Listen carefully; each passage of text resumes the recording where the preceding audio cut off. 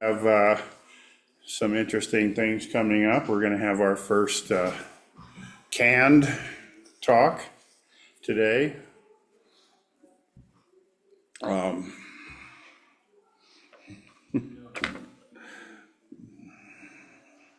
By Susan Barnes. And today, Shay is going to be our musician, Shay Johnston. So looking forward to a nice ceremony here.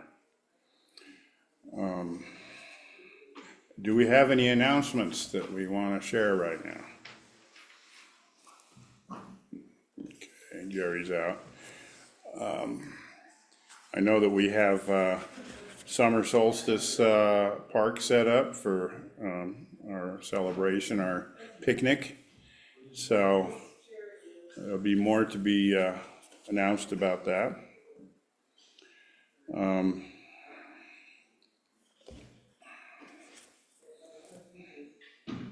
Anyway, welcome to our guests.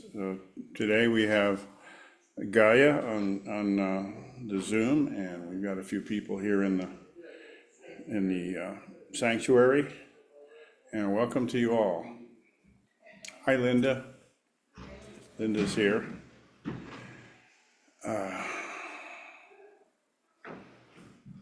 There's Bill. So, we are ready for our prelude, which Shay is going to do. And the name of the prelude is Spirit of God. Yeah, I'll be singing out of the Science of Mind hymnal today, so you won't find the songs I'm doing in your hymnals, I'm sorry to say.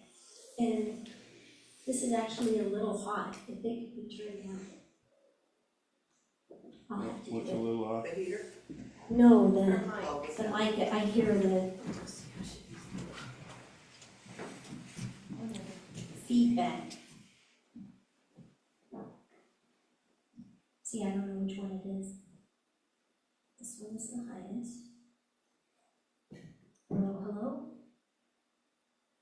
Try that. Okay, you go up there and you can tell me up or down if you need it. I don't know if it's this one or this one, and I just slid Okay. them both down a little All bit. right, you give me a thumbs up or a thumbs down. Okay, Okay, after a couple of sorry technical about that. difficulties, we are now back. Sorry about that. It just was, I could hear the feedback. Up or down, Probably coming back through your Down, heads. down just a little bit, okay? and we'll try it.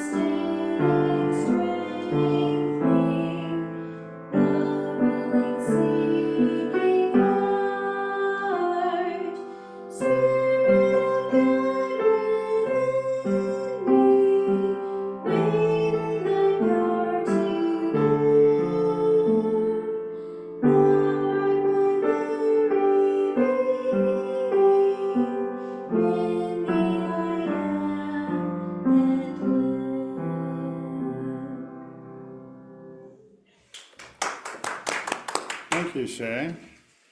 New music from Science of Mind hymnal. I think we ought to check that out to be a resource for all of us. Also, just for everybody's information,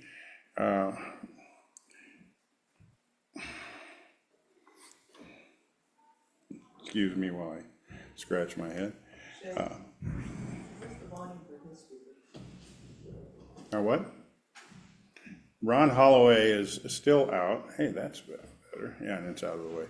Ron Holloway is still out, but he is making progress and recuperating. He had a shoulder injury a couple of weeks ago, and he's now past that, and apparently his heart's doing better, and we will stay in touch with him. Kate and I volunteered to bring him some more meals, and he says, please wait, my freezer is crammed too full right now. So he's getting well fed, at least that's the case. Okay. And any other announcements? Jerry, you have any? No, Okay, I talked briefly about the summer solstice. there'll be more information coming. Yeah, more information coming.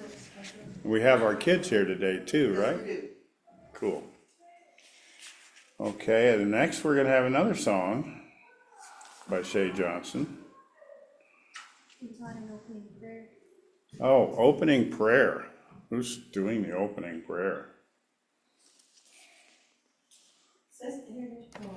I will give it an effort here. Mother, Father God, thank you for having us here in Congress with each other and our loving fellowship, and help guide this service, help guide me especially. And I'm welcoming all the good that is out there in the universe, just knocking on our door. Amen. So, now we have another song by Shay Johnson. And this one's called International Hymn.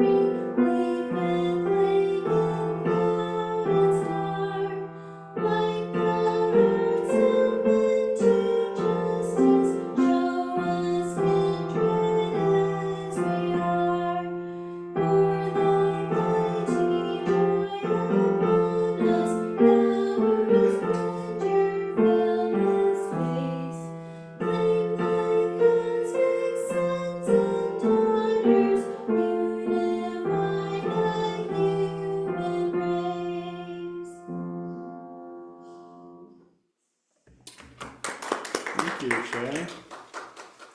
Well, that hymn sounded very familiar, having probably a different title with different lyrics. Anybody care to guess which one it is? I'm sure Margaret could. If she could hear you. If she, yes. It's Beethoven. Beethoven? Okay, I thought it was a regular hymn that we sang during Christmas time. Joy amends. No. No? No, it's, I have to look at it again.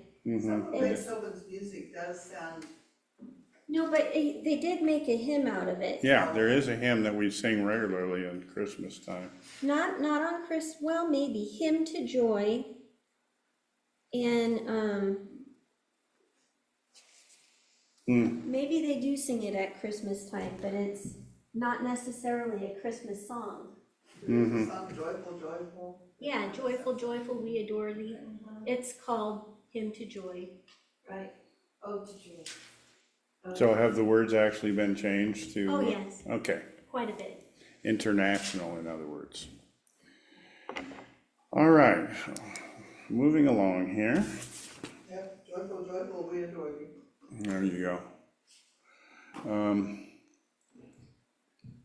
Now we have our reflection moment, and I will quote words penned by Midge Jones, who I had the honor of living with for a period of time.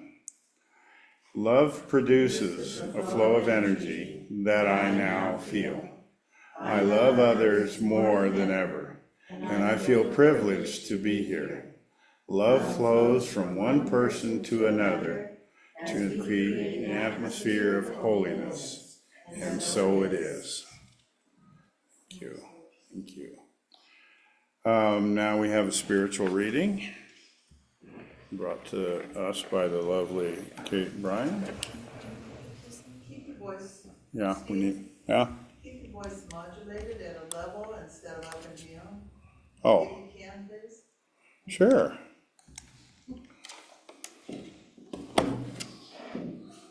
All right. Good morning, everybody. I'm reading out of the Daily Stoic from Ryan Holiday. And today is, don't make things harder than they need to be.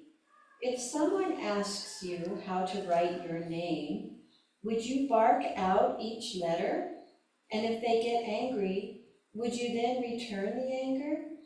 Wouldn't you rather gently spell out each letter for them? So then, remember in life that your duties are the sum of individual acts. Pay attention to each of these as you do your duty. Just methodically complete your task. That's from Marcus Aurelius. I just want to mention too, I really like reading out of this Daily Stoic because it addresses everyone where they're at on their journey, and it doesn't matter which religion they belong to or what their beliefs are. If you believe in, if you take on the concepts of Stoicism, it really addresses all the needs in life. So I just really like reading out of it for spiritual reading. Here's a common sense scenario. You're working with a frustrated coworker or a difficult boss.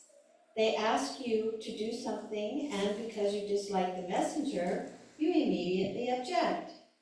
There's this problem or that one, or their request is obnoxious and rude, so you tell them, no, I'm not going to do it. Then they retaliate by not doing something that you had previously asked of them, and so the conflict escalates. Meanwhile, if you could step back and see it objectively, you'd probably see that not everything they're asking for is unreasonable. In fact, some of it is pretty easy to do or is at least agreeable.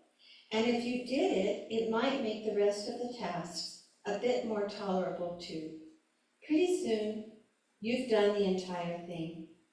Life and our job is difficult enough. Let's not make it harder by getting emotional about insignificant matters or digging in for battles we don't actually care about. Let's not let emotion get in the way of kathekon, the simple, appropriate actions on the path to virtue. Have a great Sunday. Thank you. Thank you, Kate. Lovely. The Stoics have the basis of most all of our philosophies that are worthwhile, and especially our religious beliefs. And here in fellowship, our spiritual beliefs. Well said. Okay, now we have a song by Shay again, 1,000 Ways.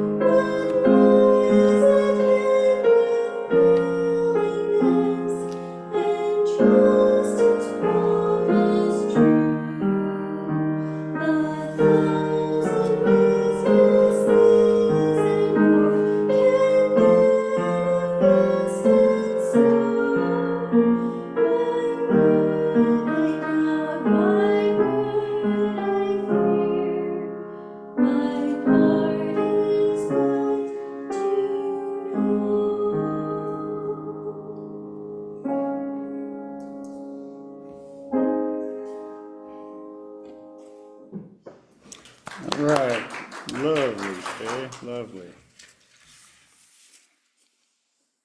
Okay, and our talk today is by Susan Barnes, who she and her husband started Fellowship of Spirit 30 some odd years ago. And she cannot be with us today, but she sent us her talk. She's doing another activity right now, but she sent us our talk, and I am going to bring it up here.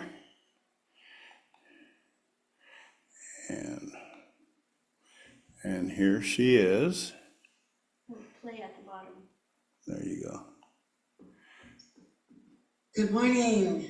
So good to be here, even though I'm not here. That's also almost an oxymoron.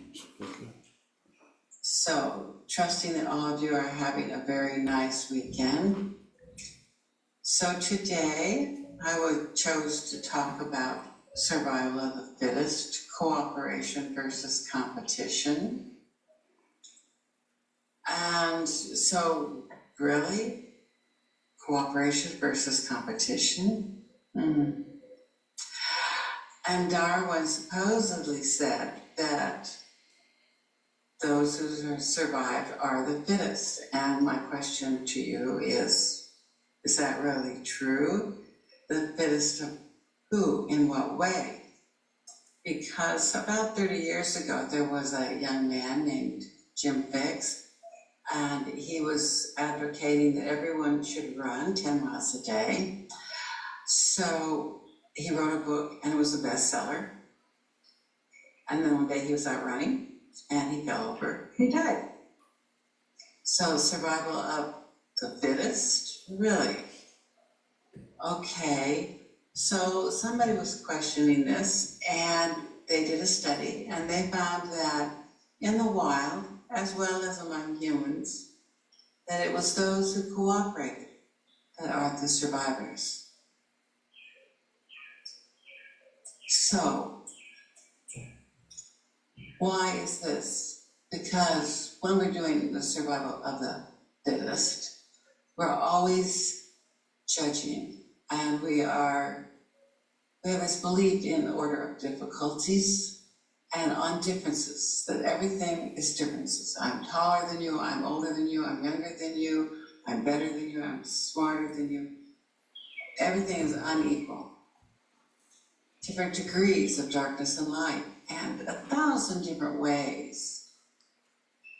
So what I would ask is, we think that there's a difference between darkness and light, but really, is there?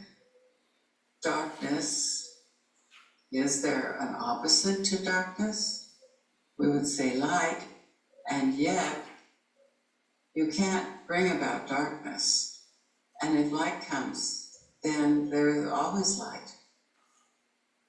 So there are always these contrasts, and everything seems to be in a competition, that a larger one overshadows a smaller one, things like that.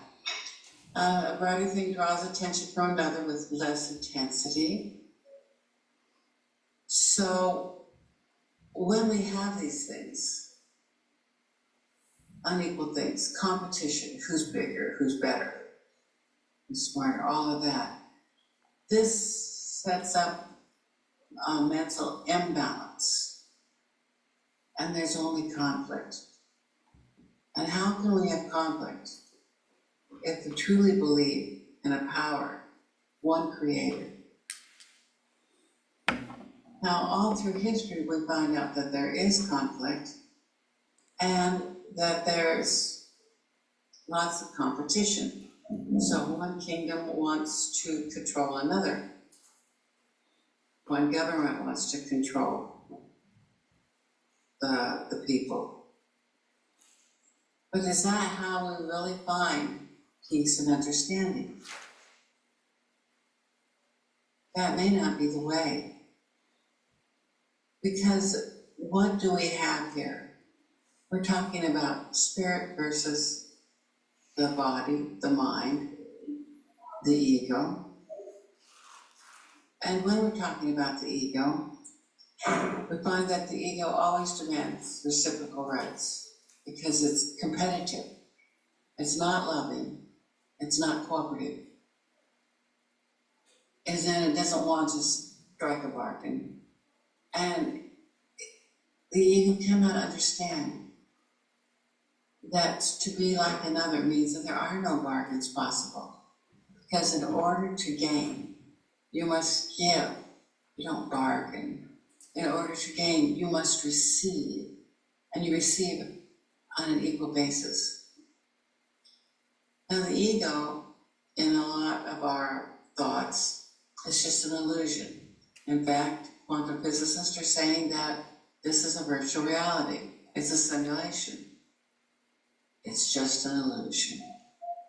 And illusions always show you that there are differences. And how could it be anything else? So by definition, illusion is an attempt to make something real that is regarded as a major importance in your life. Control over, more than, any of those things. But how can an illusion be true? Because in reality, we're all God's children, and we are all granted equal of everything. So we have the mind, which is the home of the ego, which again is the home of illusions. And so the mind, because it has a major importance, such as control over financial gain, it's a travesty of creation. And what it is attempting to do is to bring lies to truth. Because finding the truth is unacceptable to the ego.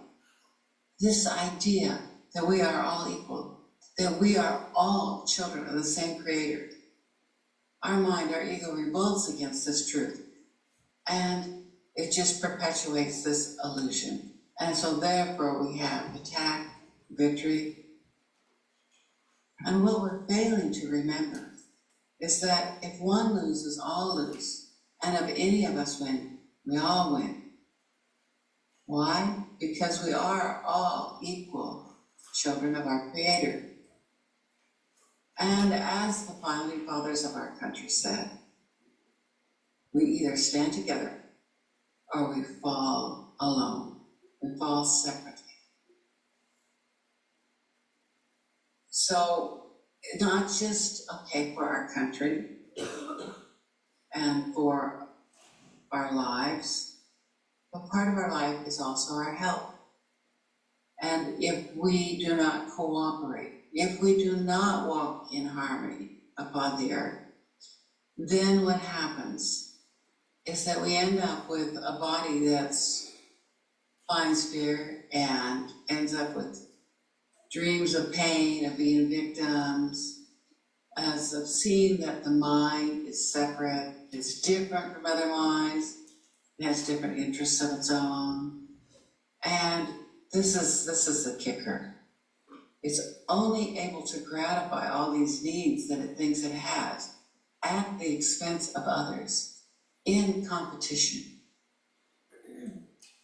And it seems that all of these things, these differences, the sizes, amount of money, all of that, that's all in the world outside of us.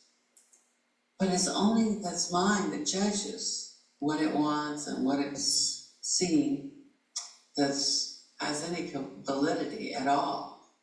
It is the mind that interprets these eyes' messages and gives them meaning. So we can have a situation in our life that seems really terrible to one person, but to another they say, oh, this is a great opportunity for me. So, like someone finds that they need to move. And that might just seem like the end of the world to one. And yet, to the other, they go, oh, a new opportunity, an opportunity to see other places, to do other things. And so therefore, it would be a very positive thing for them. So really, the meaning of anything is what we give it. And are we going to see it in cooperation, in harmony with the earth, or are we going to see it in competition? And it's just simply whatever our mind chooses to see. And these body's eyes, though, they don't see anything except through differences. And so the mind told me to evaluate these messages and bring us what we decide we want to see. We're going to see whether it's real or illusionary, desirable or undesirable, whether it's pleasurable or painful. In our world that we're living in right now, we are monitored by the internet and our good friend Google or whatever, and it sends us the message we want to hear because it knows. It has watched what we have been watching, and it makes the changes. Okay, so the changes that are happening now, it'll send you information on it. To those who like the changes, it's going to send you things that say this is a good thing. And those who don't like the changes, they're going to receive messages that show only the downfall of the US. It doesn't mean that this is happening or that's happening. It's what we perceive it to be. And it's also here that we can make correction. We can take any situation, any person, and we can see it in another way. We can see it in a positive way, a cooperative way, a way to help others, or we can see it as something that is harmful to us and that we need to be afraid of. Oh, well, anything that has fear involved in it, that obviously cannot be of spirit or God, because if we have fear in our lives, there is no God. So we hear what we want to hear, we see what we want to see, and we don't even recognize that we have asked everything to show us exactly what we want to see. And so therefore it's true, and we don't bother to look any further on this. It's all on judgment, and it's on this judgment that the world depends. So, a couple hundred, 200 or 300 years ago, the English, the Spanish, the French decided that they were going to save the world. Christianity, and to go out and colonize people and force them to become Christians. So that's a judgment on their part. It creates fear, it creates attack. These are words that if we're looking at that, we know that this is not the true way of spirit, the way our Creator wants us to be. And again, that's my basis for things, and yours may not see that. So grandiosity is also considered part of ego, and it's a cover for despair. And when we have no hope, we should know that that situation is not real, because we have been told that we are always being guided, that we are always being walked with and carried in times of great trouble. But without this belief, grandiosity is meaningless. And how could we possibly even want it? And of course, the essence of grandiosity, of ego, is competitiveness. And why? Because it always involves attack. And it's a delusional attempt to outdo, to be better than, to take control of, just as they colonized, just as we have people who now seem to take control of our lives and our countries because they want to outdo, do better than. The ego vacillates between suspiciousness and viciousness. And it means suspicious, which is just not too much of an emotion. As long as we despair, as long as we don't see anything better. However, when we decide, we will no longer take this despair of ourselves, then the ego grandiosity becomes vicious. And then it offers us the illusion that we can attack someone else, invade someone else, force somebody else to think our way as a solution to all of this. The ego is not our friend, and it's not part of us. And because the ego perceives itself always at war and in competition with everyone else, it's always therefore in need of allies. So if we chosen not to be at war with others, then how have we seen things? Then we look at our brothers. And of course, if we're really looking with spirit, we recognize that all we see are brothers, because they're only equals. And then we can find peace. Okay, let's find some real life examples of this. At one time, Ken Wapnick, a person with the course, came to Durango. And anyway, when he came, he talked about his sister who was raped and killed. And then he went to a psychic. And when he went to the psychic, she told him that his sister had asked for this because she had done it in a previous lifetime. So it helped him realize that it wasn't uncalled for. It was that she had asked for, how does it feel to do what I have done? And then there was another one. And this also was a gentleman with Course. And he used to write for the Course in Miracles newsletter. And so a man came into his house, killed his wife, was sent to jail. And he went to jail and he visited with this person. And eventually, they actually found a friendship together. And he helped this gentleman to find himself. So for these two men, they found, and they could see the brothers in all. And because of that, they found peace, because they recognized how equal they were. We have to recognize that God's equal children do have everything. They cannot compete. They must cooperate. And they must see the positive and the loving in all, because everyone is equal. So the thing is that the competition comes into our mind when we see that they're not, when we feel that they're not our equals.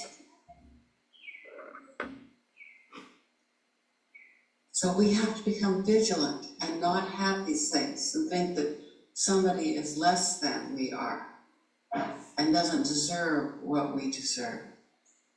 Because this is where all of our conflicts come from. Our conflicts, the competition.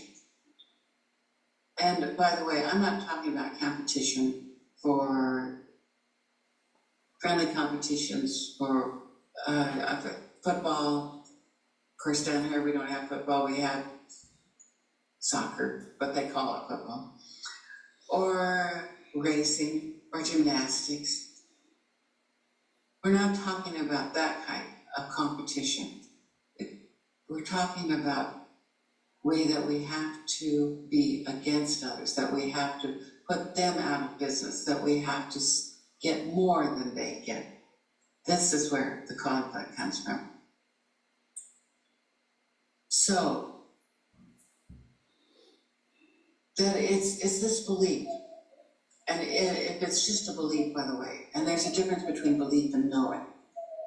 If you believe it, you could be persuaded against it. If you know something, then you know something, and you aren't persuaded against it.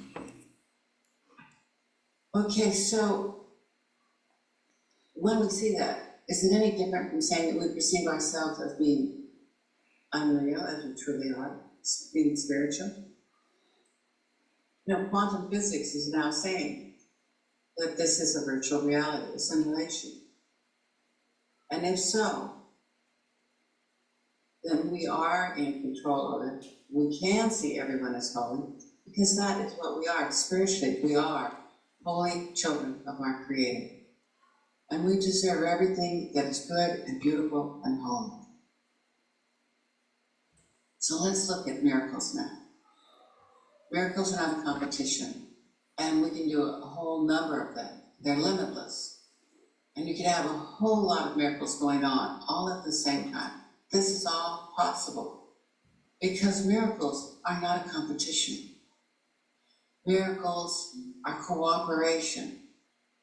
My mind being in cooperation with God's mind, being in cooperation with your mind, seeing you as whole, as healthy, as peaceful.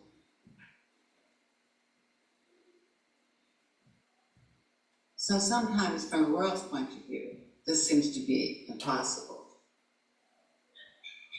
And there are times, of course, that we're aware of many thoughts.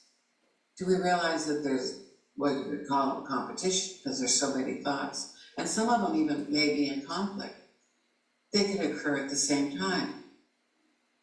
And just because we have all this, we're very surprised when somebody says, you have all of these. So if they have all of these, are they in competition? Well, I guess maybe in a way, because some are more important, larger, or better. Some are more productive, more valuable than others. And this is true of thoughts that cross the minds who think that they live apart from others. Because some are reflections of heaven, these thoughts, while others are motivated by the ego. Well, if they're motivated by the ego, are they really thoughts? And which of these thoughts are only illusions? And which of them are really of truth? And I would say, if there is anything in your thoughts that brings about a state of fear, that would be an illusion. Because there is no state of fear. There's only God. And a lot of this is a judgment, because this is how we create conflicts, is we judge things. And yet, if you really look at the mind is really cannot judge itself. And it doesn't seek to make of pain a joy and look for lasting pleasure in the dust. It doesn't do these things. It sees what it sees. And it doesn't tell us our purpose, and actually the mind doesn't understand what it's really for. The mind really does not victimize, because it doesn't have a will, and no preferences and no doubts, and it does not wonder what it is. And so it has no need to be competitive. It can be victimized, but it cannot feel itself as victim.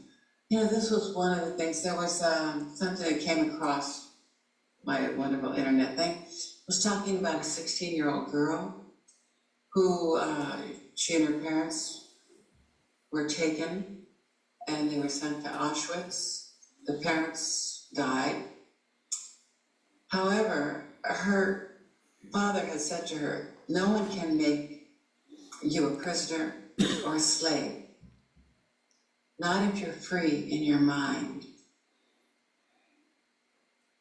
And so when they were treating her as they do all prisoners and slaves in Auschwitz, she was looking around, and then she was looking at all of the guards, and she realized those guards were actually more prisoners than she was, because in her mind, she could be free. She had thoughts, feelings, and so who really is a prisoner? Who is free? Where is the conflict? Where is the competition? So the mind really has no need to be competitive. And it can be victimized, but it cannot feel itself as victim. And that was a wonderful story that I felt in it.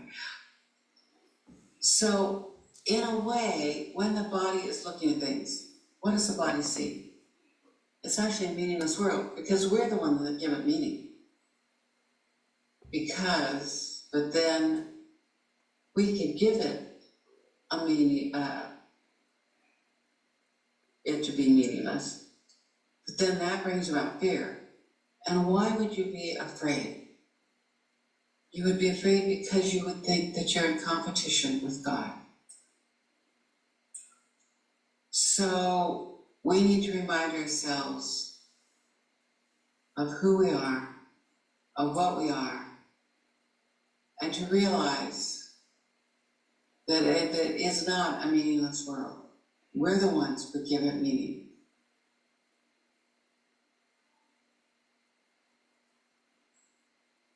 We have miracles that come, and we can participate in them.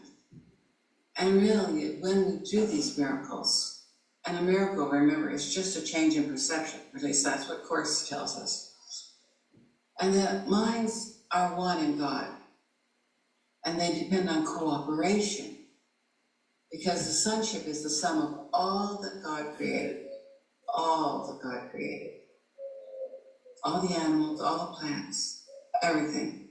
So we cooperate, not just with each other, but with the earth, with the plants, with the animals. And I guess in a way that's kind of why I do what I do. And we make up our own remedies, herbal remedies. We work in harmony as much as we can. So miracles, change in perception, reflect the laws of eternity and not of time. So we can look at the injunction given by Yeshua, which is the truer name of the person that most people call Jesus, which by the way, just really means Hail Zeus. So Yeshua said, be of one mind. Okay, that's wonderful.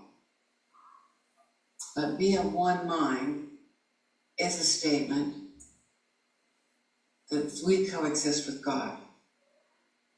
The second part of this statement is, and do this in remembrance of me. And that we have to do. That's our choice. Because time, which has to be time because we're talking about remembering the past. So that's under our choice. So we have the free will to make these choices, knowing that ultimately timelessness belongs to God. So in time, we exist for and with each other, in cooperation. And in timelessness, we exist with God. So when we're talking about miracles, we can do so much on our own behalf and that of others. If in any situation calling for help, we could think of it the way that Horse has it. And Randy and I used to put this out to all of our students. I am here only to be truly helpful. I am here to represent Him who sent me. And I do not have to worry about what to say or what to do, because He who sent me will direct me. I am content to be wherever He wishes, knowing He goes there with me, and I will be healed as I let Him teach me to heal. So each one of us, as we work with each other, as we cooperate with each other, know that we are going there with us, and that we will be healed by ourselves and for others. So I was talking about working in harmony with each other, with the animals, with the plants. So let's just think for a minute all the love that animals give us, but also the love that animals give for their offspring, and they feel that they need to protect them. And that's because they regard them as part of themselves. And no one dismisses something he considers part of himself, which is why we have such a difficult time overcoming the ego, because we all consider this to be part of ourselves. And so we kind of react to our ego, much as God does to each one of us, loving us, protecting us, and coming to us with charity. So this way that the animals feel, that God feels, this is the way too we feel, and how we react to our real creations, which are as timeless as we are. So the question comes down to is not how we respond to the ego, but what we truly believe we are. Like I said, belief is of the ego.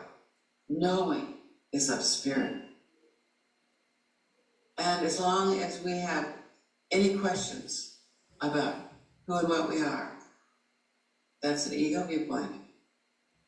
And that's only a belief. It's not knowing the true facts. So when we know that teaching is no longer necessary, then we will know God. Belief is just another way of perceiving that this is the loftiest of what the ego is thinking. And because this is where the ego kind of recognizes that the it's of itself is not the true self, it's not the Christ self. It's not who we really are. It's not who we really are. So, undermining this ego thought system might be perceived as being painful, even though it's not. It's like a baby, okay? if we take away knocks, if there's anything that might be dangerous to them, they will scream and throw tantrums. However, we need to take it from them because they could harm themselves.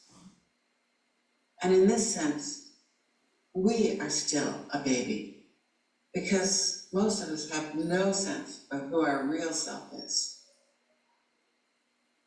And there are things that would hurt us. So whether or not we recognize it, being here, actually in a fellowship like this, we have agreed to cooperate in an effort to become both harmless and helpful. And these are attributes that must go together. These attitudes are not conflicted, because if they were, that would be of the ego, not of spirit. Because all attitudes, I'm not going to say all, but most attitudes are ego-based, and they will not last. So we need to be patient and remember that the outcome is as certain as God is. So let's go back to our beginning. Who survives? Not those who compete, not the ego. We will look to those who stand by us, those who cooperate with their families, with their friends, their cities, their states, their countries, when they cooperate with all of humanity, when they realize they are one with their Creator. Namaste.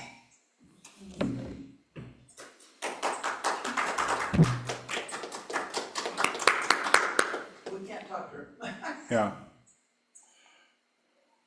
Well, we can't talk to you directly, Susan, but if you review this service, that was wonderful. It really tied together a lot of things. I think that you were speaking out of a book that's one of my favorites, which is As a Man Thinketh by James Allen, as far as how we can guide and control what we believe and what we see, and square it with what we see. And then talking about being truly free, you remind me of Nelson Mandela and all his imprisonments in which he exercised his freedom and eventually emerged as the president of South Africa. So I thank you for that message, and I open it up to the audience here or I guess we lost Gaia. Does anybody would like to say anything to Susan? Please do so, come up, whatever. Okay. Well, we're going on to our next, which is a song called Doxology, which Shay Johnson is going to perform for us. It'll sound very traditional, but the words are different.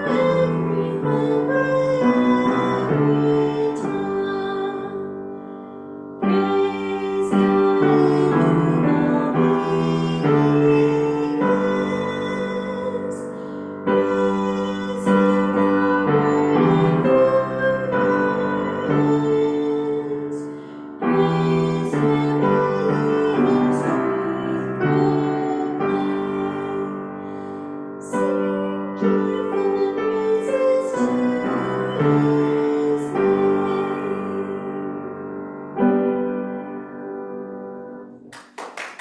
right.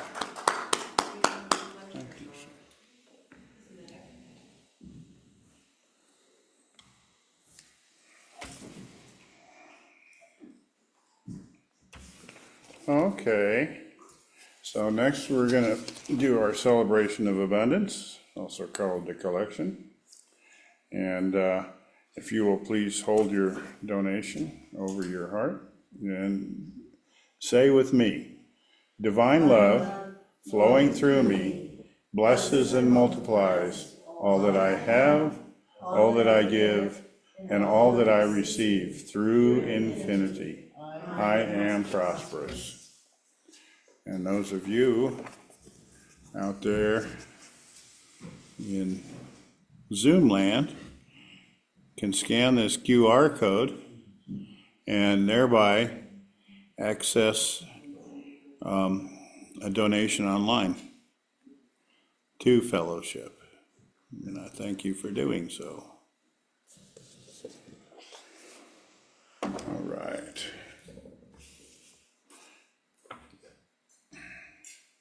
So the next we have is our children showing up. Minute to the washing their hands.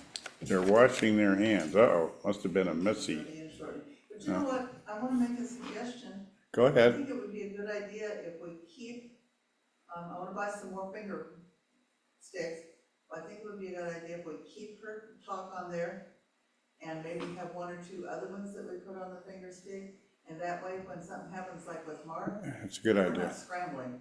Uh-huh, We've got something as a backup that we can just stick finger stick in there for a talk. right, It runs about 30 minutes. yeah, So I like that this worked out, I Mhm. really do. I think it will save us some hassle in the future. Not disallowing for Shay, she jumped on there and I loved it because she had she had something ready she could talk about. And it was very interesting, but it was a lot to expect her to do it at last minute. Yeah, you can't expect So- everything to do. I want to, if we can figure out how to separate out and record a few of the different talks and just keep them on a finger stick and have them to refer to, if you'll help me do that, okay? Okay, yeah, I might be so inclined to actually record another talk because I don't have to do it in front of an audience. that's true too. Yeah, That's what so, you wanna do. yeah, I could edit it and all kinds of good stuff. Well, there is something to be said for the eye contact with people and everything. I mean, I love it when people talk in person, Mm-hmm. so. Well, it was kind of hard to tell that she wasn't, from the Well, we've got presentation. the technology, we've got the way to do it, and the finger stick drives they're nothing. Right, and anything we can do to, further our presence out there is gonna help, so. Hey, Jerry, I have a question.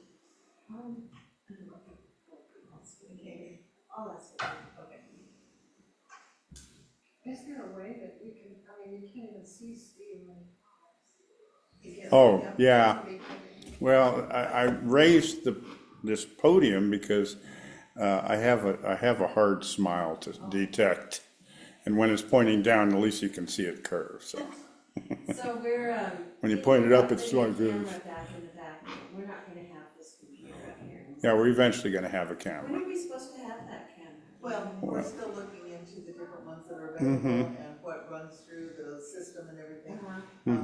Don and Fred both sent some ideas and some Right. thoughts on it, we've looked up some stuff and so. Yeah, I've looked it up. We just need to compile the information and then talk about what we want to do. Yeah, I think that'll work out. The building is going to be paid off in May, which will free up $400 a month in our expenses. Yeah, I think, Not saying that we're running ahead on anything anyway, but Mhm. it will allow us to look at the purchase of cameras right, for doing this, and tripods, and how we wanna do it, because I don't wanna get the wrong ones and then have to replace them. I want to make sure that we get what we need to begin with for what is going to work long run. or be addable, additional, whatever you wanna But say. it's like Linda said, it can't see you, and so what's the point of having you up there if we can't see you? Right, So This is another reason Mom was suggesting moving the computer side to side or something. If you want to see me, just look over there. That guy actually looks better than me. Right. Okay. But yeah, I hear what you're saying. And yeah, having a permanent camera back there, I could see it mounted from the ceiling, actually. That'd be good. And Fred did some research on Zoom meetings. We can have 2 cameras per Zoom meeting, or if we have a Zoom room, we can have up to 4 cameras. So, I mean, I could see where we actually had a camera in the kids' room that we could access to show them doing their crafts and stuff like that, you know, under the control of We'd have to get Rhonda. releases from their parents to do that or not. Yeah. Probably, especially if it's going on YouTube. Yeah. All right. Here's our ladies. Little Red Riding Hood. Are we going up here? Yeah, please.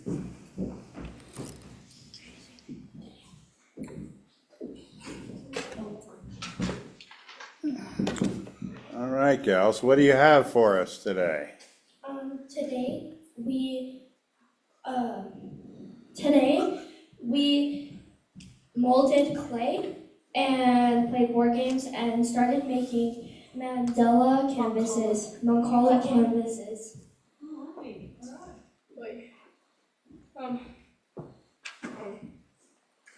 don't know where I'm reading out of, but this people's seasons a spiritual teaching. Do what you know is right, look at the situation, and without being attached. Decide what is right and do it. Never mind your head trips. Decide what is right and do it. When you learn how to do that, it's great refuge and a great peace. Very good on the microphone. So when are we gonna see these mandalas? Whenever they're. Oh, okay. Thank you, kids.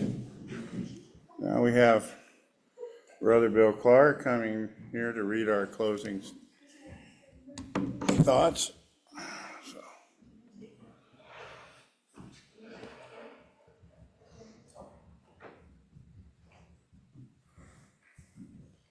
Are you in there? Yeah, I'm in there. Okay. Good morning, everyone. Today's topic is joy in living. When you arise in the morning, give thanks for the food and for joy of living. If you see no reason for giving thanks, the fault lies only within yourself. Chi Tukum Chun. Starting each day with a positive thought sets a tone for everything that follows. Instead of focusing on our troubles and worries, we can think about our blessings that we have. How lucky we are to have a warm, dry place to sleep, good food to eat, nice clothes to wear, a job to go to, family and friends to support us, a new day to enjoy fresh air to breathe, and most of all, how lucky we are just to be alive. I challenge you to take a few minutes each day when you wake up and think about the many good things in your life. God bless and have a great week. Thank you, Bill.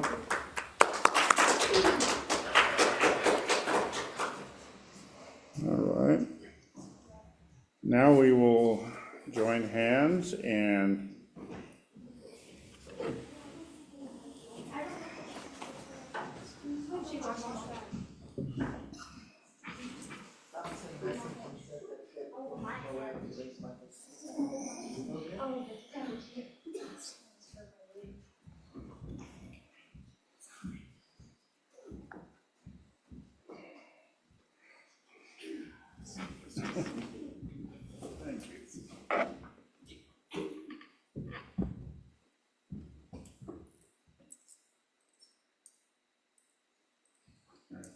see us all there.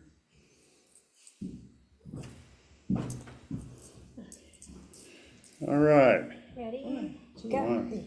God bless America, land that I love.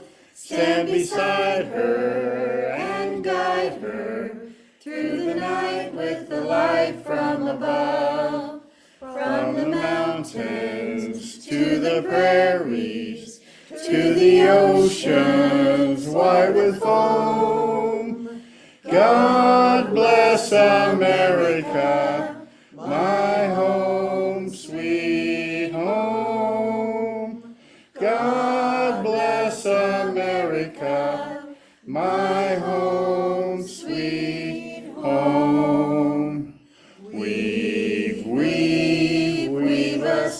together. Weave us together in unity and love. Weave us together. Weave us together in unity and yes, there is peace on earth, and yes, it begins with me. Yes, there is peace on earth, a peace that was meant to be, with God as our Father, family all are we. So let us walk with each other in perfect harmony. Yes, peace begins with me. Yes, this is the moment now. With every breath I take, let this be my joyous vow. To take each moment and live each moment in peace eternally.